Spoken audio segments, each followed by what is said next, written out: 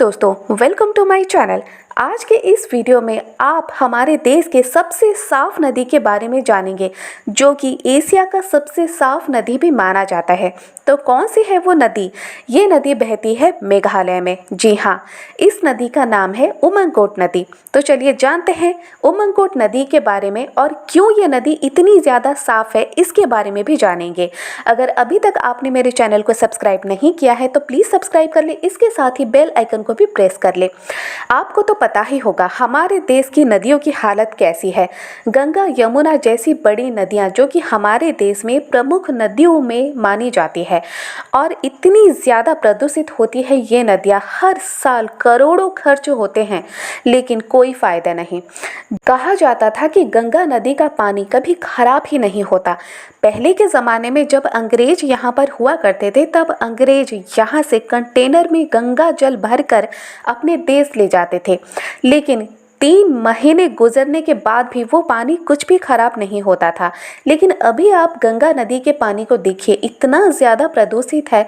और सिर्फ गंगा नदी ही नहीं बल्कि हमारे देश में कई ऐसी नदियां हैं जिन पर करोड़ों रुपए खर्च तो होते हैं लेकिन फ़ायदा कुछ भी नहीं।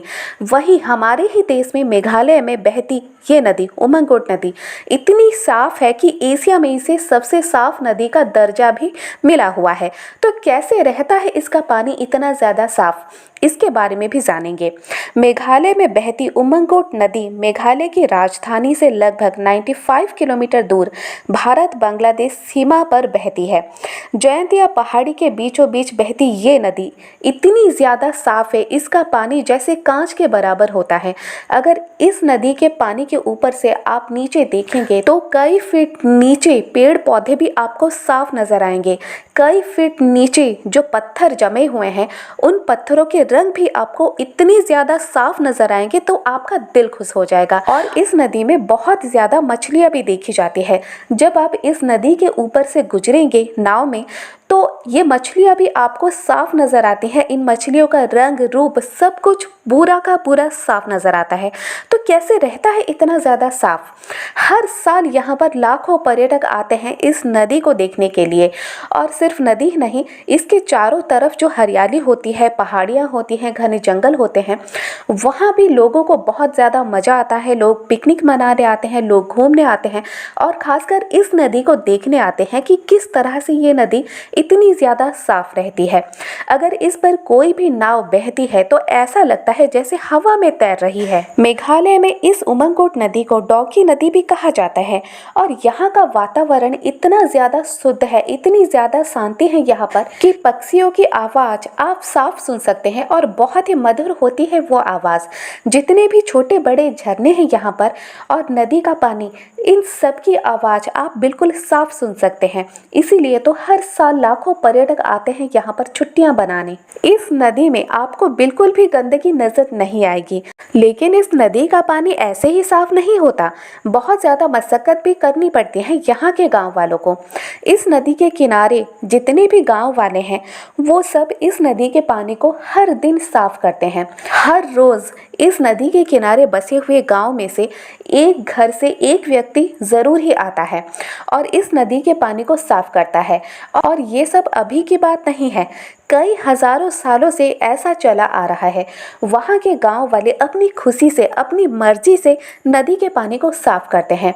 बिल्कुल भी कूड़ा कचरा नदी पर नहीं डाला जाता। नदी के पानी को साफ करना वो लोग अपनी ड्यूटी मानते हैं, अपना कर्तव्य मानते हैं। बस कर्तव्य समझकर ही वो नदी के पानी को साफ करते हैं।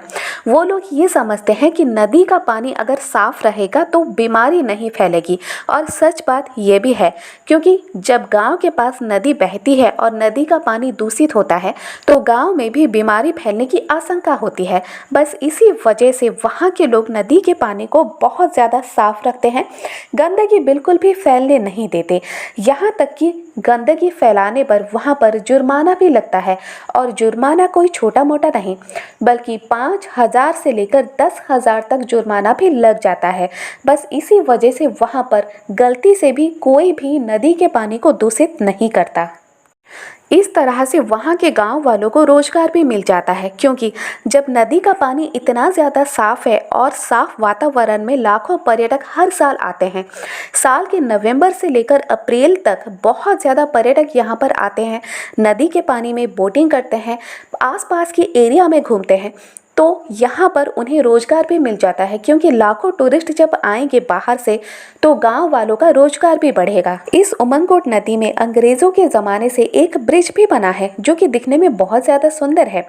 और इस नदी में इतनी ज़्यादा मछलियाँ हैं कि मछलियों को देखने के लिए भी लाखों पर्यटक यहाँ पर आते हैं। मछलियों की संख्या इतनी ज़्यादा इसलिए है क्योंकि इसका पानी बहुत ज़्यादा साफ है, बिल्कुल भी दूषित नहीं है। और आजकल जिस तरह से नदियों का पानी दूषित हो रहा है, बस इसी वजह से मछलियों की संख्या भी दिन ब दिन घटती जा रही है। हमारे देश में नदी किनारे बसे लोगों को ये ज़रूर ही सीखना चाहिए मेघालय के लोगों से कि कैसे नदी को साफ रखा जाता है, क्योंकि उन्हें किसी ने नहीं सिखाया कि नदी को कैसे साफ रखना है।